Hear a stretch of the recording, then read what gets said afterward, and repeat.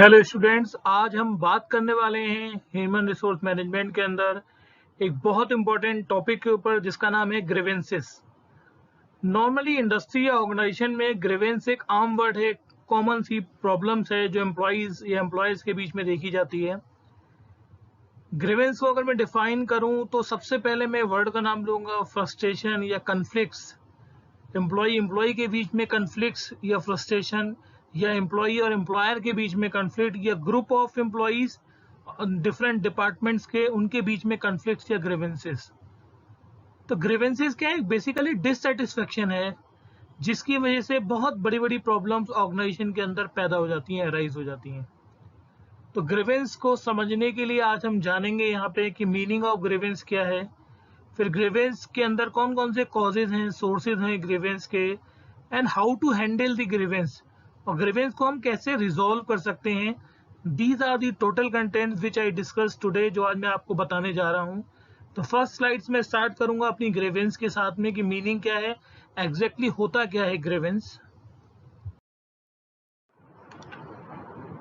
यहाँ हम स्टूडेंट समझने की कोशिश करेंगे कि व्हाट इज एग्जैक्टली ग्रीवेंस, आखिर ग्रीवेंस होता क्या है।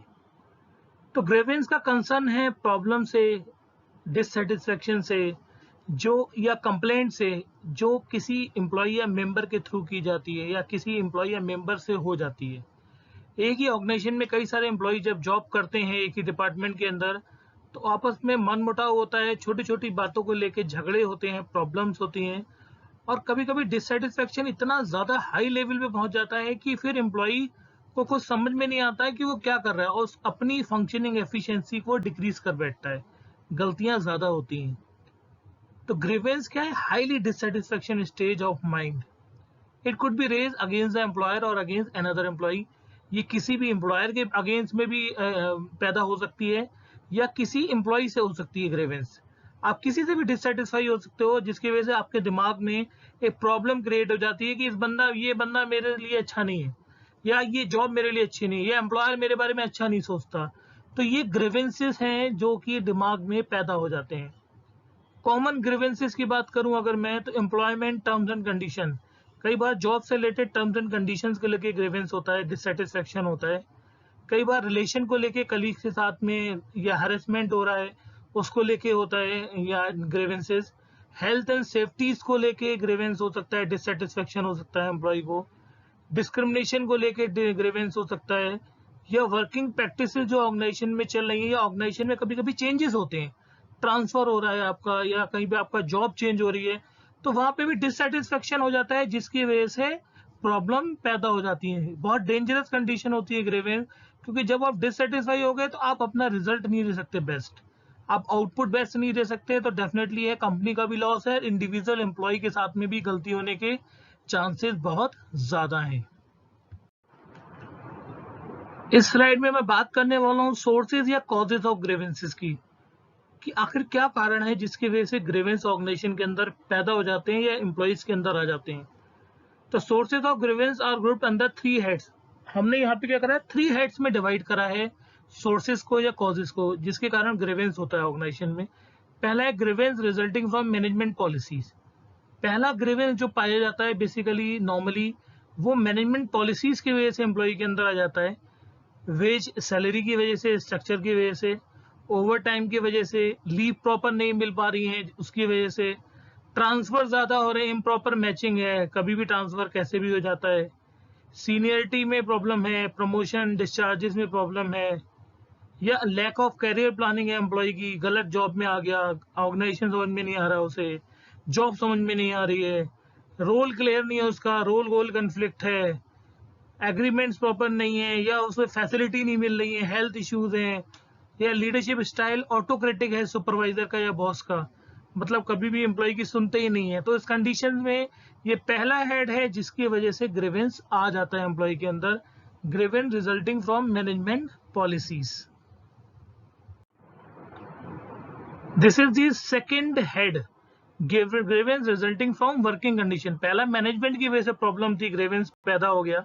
दूसरा वर्किंग कंडीशंस की वजह से अनरियलिस्टिक कंडीशंस हैं, प्रॉपर टूल्स मशीन्स अवेलेबल नहीं है जॉब के लिए, बहुत टाइट प्रोडक्शन स्टैंडर्ड है, शेड्यूल है, फिजिकल कंडीशन जहाँ पे वर्क कर रहे हैं वो बहुत अच्छी नहीं है, या सुपरवाइजर या इमीडिएट बॉस से रिलेशनशिप बहुत पुअर है, स्ट्रांग नहीं है, निगेटिव अप्रोच है डिसिप्लिन लेके हेलमेट नहीं लगाना, टूल किट प्रॉपर नहीं रखना, या प्रॉपर यूनिफॉर्म में नहीं आना, या पंचिंग नहीं करना, तो ये सारी प्रॉब्लम्स है। तो एम्प्लॉय को यहाँ पे अपनी वर्किंग कंडीशन से ग्रीवेंस पैदा हो जाता है, उसके अंदर डिससेटिस्फेक्शन आ जाता है। This is the third head. पहला था मैनेजमेंट, दूसरा वर्किंग कंडीशन। अब तीसरी कंडीशन जिसकी वजह से एम्प्लॉय के अंदर ग्रीवेंस आता है वो है पर्सनल फैक्टर्स, उसके खुद के पर्सनल फैक्टर क्रिएट किए हुए। नैरो एटीट्यूड, एटीट्यूड बहुत ज्यादा नैरो है, कुछ ज्यादा बड़ा नहीं सोच पाते हैं, ये छोटी छोटी चीजों को लेके प्रॉब्लम में आ जाते हैं।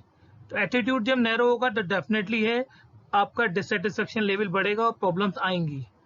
ओवर एम्बिशंस है, जिस जॉब को वर्क कर रहे हैं लेकिन एम्बिशंस, ख्वाब बहुत बड़े बड़े हैं, सपने बहुत बड़े बड़े हैं, बड़ी बड़ी गाड़ी, बड़े बड़े घर, बड़े बड़े लाइफ स्टाइल, ये सारी चीजें कहीं ना कहीं एम्प्लॉय के माइंड में डिससेटिस्फेक्शन क्रिएट करती हैं। ये खुद का क्रिएट करा हुआ एक फैक्टर है, personal factor.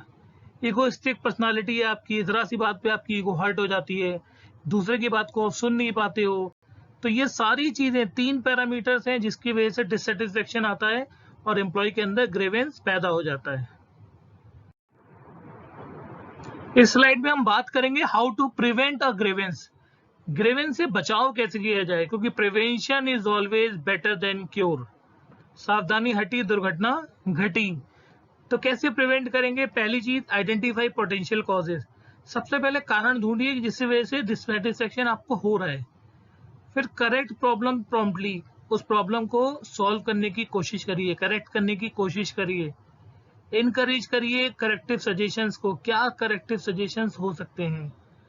Establish and reform policies and work rule और पॉलिसी को एस्टैब्लिश करिए, उसे रिकन्फर्म करिए।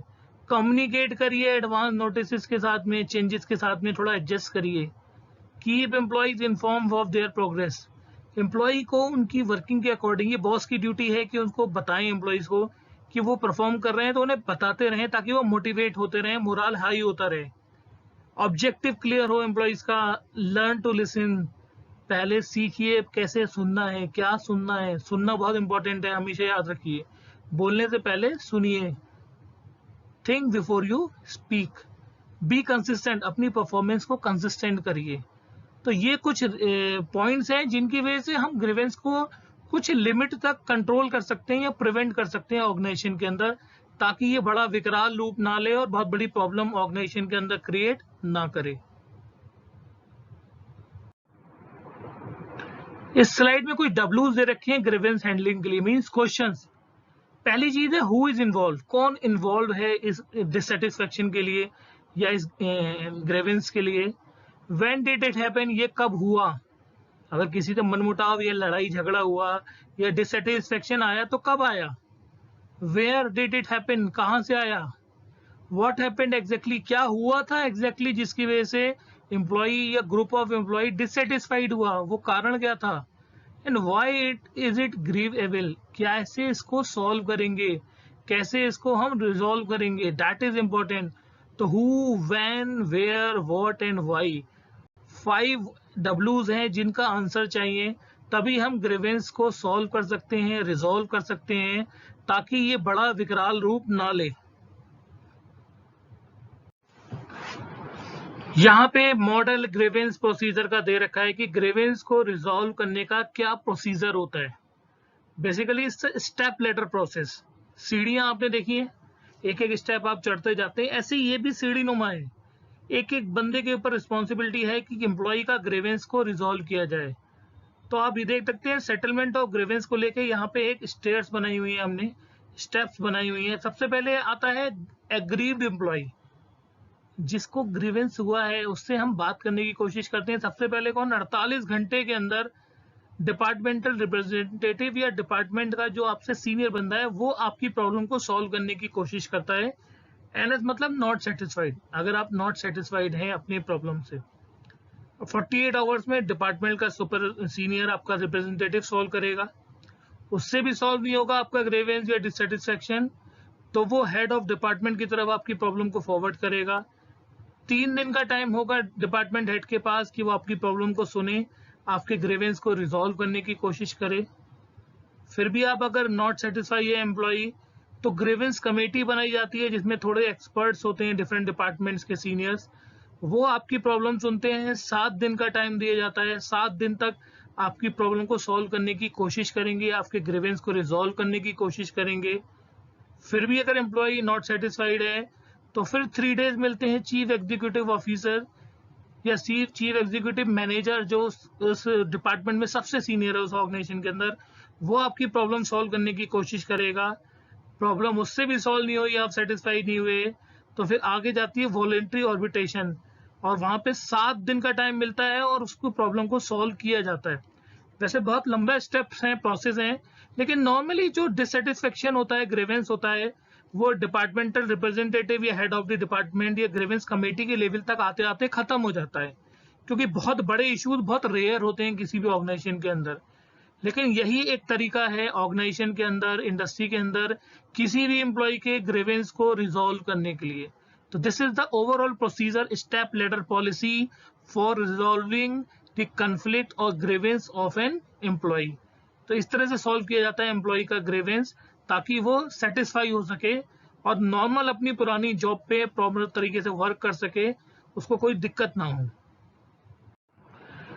Thank you so much student, आज के कंटेंट को सुनने के लिए। बहुत इंटरेस्टिंग टॉपिक था grievance handling and grievance handling procedure, ताकि एम्प्लॉइज का डिससेटिस्फेक्शन अगर हुआ है तो उसको सॉल्व किया जाए और जल्द से जल्द उसको पुरानी फॉर्म में लाया जाए, ताकि वो अच्छी तरीके से वर्किंग कर सके।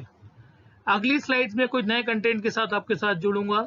तब तक के लिए thank you so much and have a nice day.